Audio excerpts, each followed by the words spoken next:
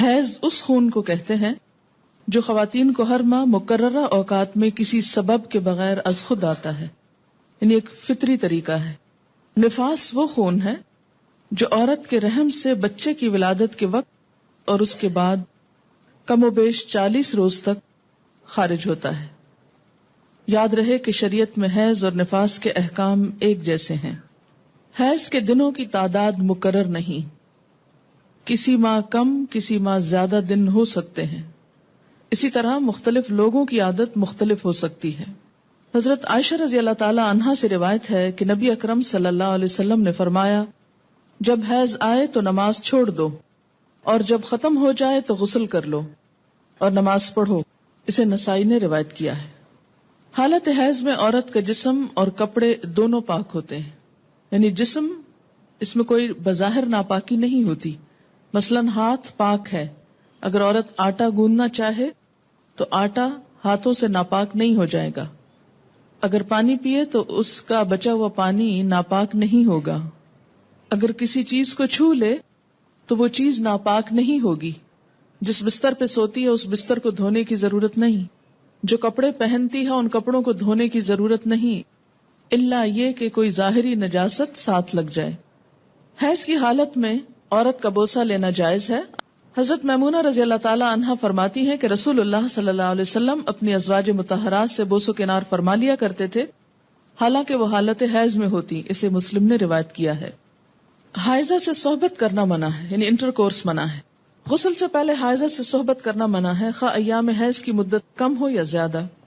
دوران حیض صحبت کرنے کا کفارہ 1 دینار 4 گرام سونا ہے، جبکہ حیض ختم ہونے لیکن غسل سے قبل صحبت کرنے کا کفارہ نصف دینار 2 گرام سونا صدقہ کرنا ہے۔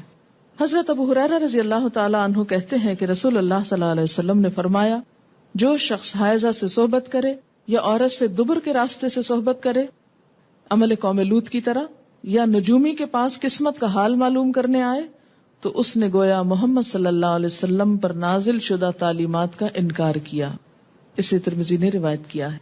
حضرت عبداللہ بن عباس رضی اللہ تعالی عنہ سے روایت ہے کہ رسول اللہ صلی اللہ علیہ وسلم نے غسل حیض سے قبل اپنی بیوی سے صحبت کرنے والے آدمی کے بارے میں فرمایا کہ وہ 1 دینار 4 گرام سونا یا نصف دینار 2 گرام صدقہ کرے۔ اسے ابو داؤد نے روایت کیا ہے۔ اس سے دراصل عورت کے حقوق کو پروٹیکٹ کیا گیا ہے، کیونکہ عورت اس حالت میں بیماری کے زیادہ قریب ہوتی ہے صحت کی نسبت، اور کئی قسم کی میڈیکل کمپلیکیشنز کا بھی احتمال ہو سکتا ہے دونوں کے لیے، اس لیے منع کیا گیا۔ اور صدقہ اس لیے رکھا جاتا ہے تاکہ انسان اس ڈر سے کہ پیسے جائیں گے، کیونکہ پیسے کا جانا زیادہ تکلیف دہ ہوتا ہے بعض اوقات، یا پینلٹی یا جرمانہ یا فائن کہہ لیں، تو اس لیے یہ ایک طرح سے روکنے کا سبب بنایا گیا۔ حائضہ طواف کے علاوہ باقی سارے مناسک حج ادا کر سکتی ہے۔ باقی مناسک حج کیا ہیں؟ مثلاً احرام پہننا، اسی طرح عرفات جانا، منا جانا، کنکریاں مارنا، یہ تمام چیزیں درست ہیں، لیکن طواف نہیں ہو سکتا۔ شروع میں صحیح ہو سکتی تھی، لیکن چونکہ اب وہ مسجد کا حصہ ہو گئی ہے اس لیے صحیح کرنا بھی درست نہیں۔ حائضہ نماز پڑھ سکتی ہے، نہ روزہ رکھ سکتی، یعنی نہ نماز پڑھ سکتی ہے نہ روزہ رکھ سکتی۔ تو اب کتنی چیزیں منع ہو گئی؟ طواف، نماز، روزہ۔ حیض شروع ہوتے ہی روزہ ختم ہو جاتا ہے، خواہ سورج غروب ہونے سے 1 لمحہ ہی پہلے کیوں نہ آئے۔ حیض کی وجہ سے روزہ ختم ہونے کے بعد کھانا پینا جائز ہے، البتہ روزہ کی قضا ضروری ہے۔ حائضہ کے لیے روزہ کی قضا ہے، نماز کی نہیں۔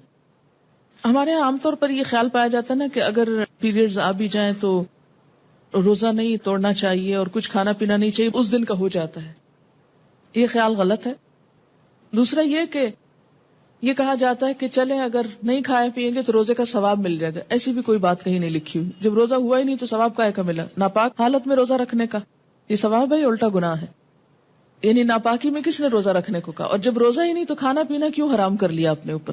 یہ دین میں خود ساختہ پابندیاں ہیں۔ بہت سے لوگ بسا اوقات عورتوں کو پرووک کرتے ہیں یہ کہہ کر، دیکھو اسلام نے تمہارے ساتھ کیسی زیادتی کی، اور اسلام میں تو عورت کو کوئی حیثیت ہی نہیں دی گئی، اس کے دین میں بھی نقص بتایا گیا۔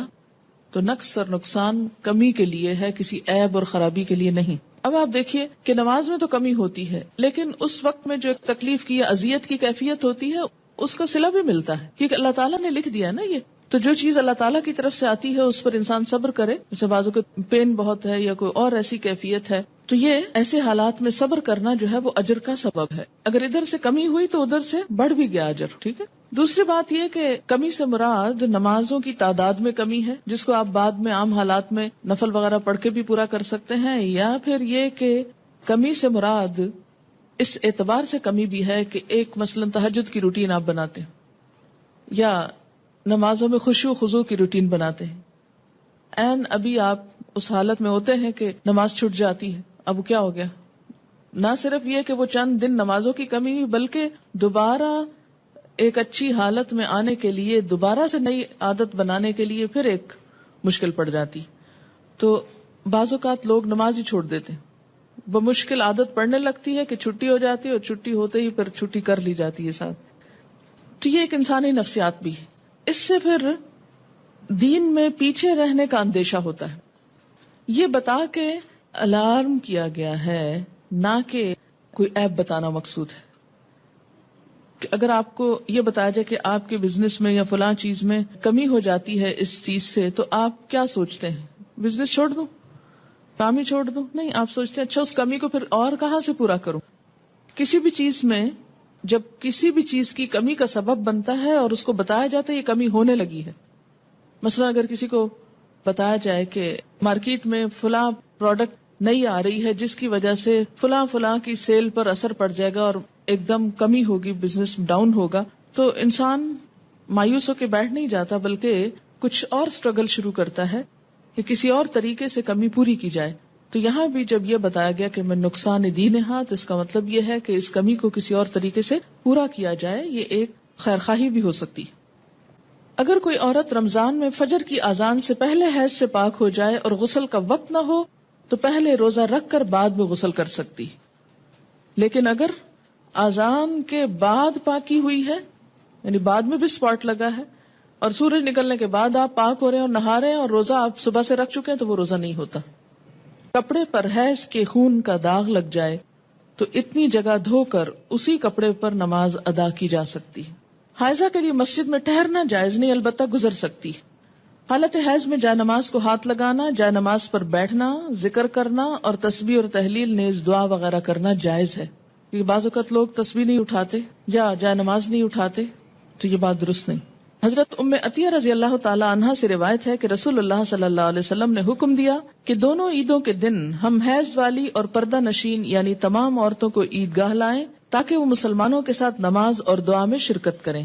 البتہ حیض والی عورتیں نماز نہ پڑھیں. اسے بخاری اور مسلم نے روایت کیا ہے.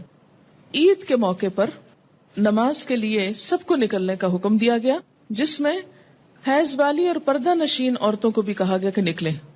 جو کبھی نہیں نکلتی وہ بھی نکلیں تاکہ مسلمانوں کے ساتھ نماز اور دعا میں شرکت کریں. البتہ حیض والی عورتیں نماز نہ پڑھیں. تو اس سے کیا پتہ چلتا ہے کہ عیدگاہ تک جانا، وہاں بیٹھنا اور دعا میں شریک ہونا ایسی عورتوں کے لیے بھی جائز ہے. حیض کا خون نہ لگے تو حائضہ کے کپڑے پاک رہتے ہیں جنہیں دھوئے بغیر نماز پڑھی جا سکتی. حائضہ کا دوپٹہ یا چادر اوڑھ کر دوسری عورت نماز پڑھ سکتی. حیض سے پاکیزگی حاصل کرنے کے بعد اگر خاکی یعنی براؤن یا زرد یعنی یلوش پانی خارج ہو تو دوبارہ غسل کرنے کی ضرورت نہیں. حیض سے پاکیزگی حاصل کرنے کے لیے بیجا عجلت اور بیجا تاخیر دونوں سے کام نہیں لینا چاہیے. بیجا عجلت کا کیا مطلب ہے کہ انڈیو جلدی، یعنی ہے کب پاک ہوگی، کہیں نماز نہ چلی جائے، کہیں روزہ نہ چلا جائے. اچھا نہا لی، پھر دیکھا کہ ابھی تو نہیں پاک ہوئے، پھر نماز چھوڑ دی، پھر روزہ توڑ دیا، پھر نہا لیا. تو یہ کھیل نہیں بنانا چاہیے اس کو. اسی طرح بیجا تاخیر کے پاک بھی ہو چکے ہیں لیکن نہا ہی نہیں رہے، محض سستی کے مارے کہ اچھا ایک دو نمازیں اور چھوڑ لیں، آرام کر لیں، تو ایسا نہیں کرنا چاہیے. غسل حیض میں تاخیر ہونے پر قضا نمازیں ادا کرنا چاہیے. یعنی اگر کسی وجہ سے پانی ختم ہے، پانی نہیں ہے، یا کئی سفر کی حالت میں ہے کہ ٹائم پہ نہیں پہنچے آپ کہ نہا سکیں، یا کوئی وجہ بن گئی، یعنی جان بوجھ کے نہیں ہو گیا ایسے، تو پھر کیا ہے، جب نہا چکے تو پچھلی نماز لوٹائیں. مستحاضہ حسب عادت ایام حیض کے بعد غسل کر کے نماز پڑھیں. مستحاضہ کون ہوتی؟ حیض کے علاوہ جو بلیڈنگ ہوتی ہے بیماری کے طور پر، وہ استحاضہ کہلاتی ہے. یعنی سارا مہینہ سپاٹنگ ہوتی رہتی ہے. تو اس میں کیا ہے کہ جو حیض کے ایام ہیں جن میں بلیڈنگ فرق ہو جاتی ہے، مثلا تھکنس ہے یا اس کی اور علامات معلوم ہوتی ہیں، یا اس بیماری کے شروع ہونے سے پہلے ایام حیض کی جو ڈیٹس تھی یا جو عادت تھی اس کے مطابق نہا لے اور باقی دنوں میں نماز پڑھتی رہے خواہ سپاٹنگ ہوتی ہے۔ حضرت عبداللہ بن عباس فرماتے ہیں کہ مستحاضہ غسل کر کے نماز پڑھے خواہ ان کی ایک گھڑی باقی ہو، مثلا سورج غروب ہونے میں 5 منٹ ہے اور اب وہ نہا کر نکلی تو پڑھے اثر۔ جب عورت نماز ادا کر چکے تو پھر شوہر اپنی بیوی سے صحبت کر سکتا ہے کیونکہ نماز افضل ہے، اسے بخاری نے روایت کیا ہے۔ حائضہ پاکیزگی کی حالت میں جس نماز کے اول یا آخر وقت میں سے ایک مکمل رکعت ادا کرنے کا وقت پالے اس وقت کی قضا نماز اسے ادا کرنی چاہیے۔ مثلا ظہر کی اذان ہو چکی، آدھا گھنٹہ گزر گیا، آپ نماز پڑھنے جا رہے تھے، پتہ چلا پیریڈز ہو گئے، اب نماز تو نہیں پڑھ سکتے، لیکن چونکہ وقت نماز کا داخل ہو چکا تھا اس لیے یہ نماز آپ کی ذمہ ہو گئی۔ اب جب آپ پاک ہوں گے تو یہ نماز دہرائیں گے۔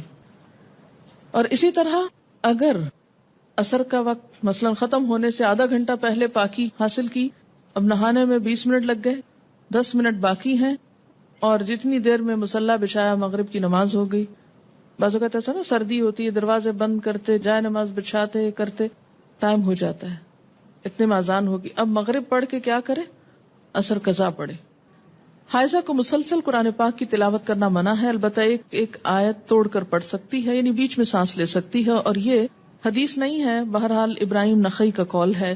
حضرت ابراہیم نخعی کہتے ہیں کہ حائضہ قرآن مجید کی ایک آیت پڑھ لے تو کوئی حرج نہیں، اسے بخاری نے روایت کیا ہے۔ یعنی اس معاملے میں علماء اور فقہاء کے درمیان اختلاف ہے، بعض کہتے ہیں کہ آیت میں سانس لے لے بیچ میں، کٹھی نہ پڑھے، اور بعض یہ کہتے ہیں کہ اگر پڑھ لے تو حرج کوئی نہیں ہے، کیونکہ کسی صحیح حدیث میں منع نہیں کیا گیا۔ ایک روایت ملتی ہے مگر وہ ضعیف ہے۔ حائضہ قرآن مجید کو ہاتھ نہ لگائے، اگر پکڑنا ضروری ہے تو کپڑے سے پکڑنا چاہیے، یعنی عربک ٹیکسٹ جو ہے اس کو ٹچ نہیں کریں۔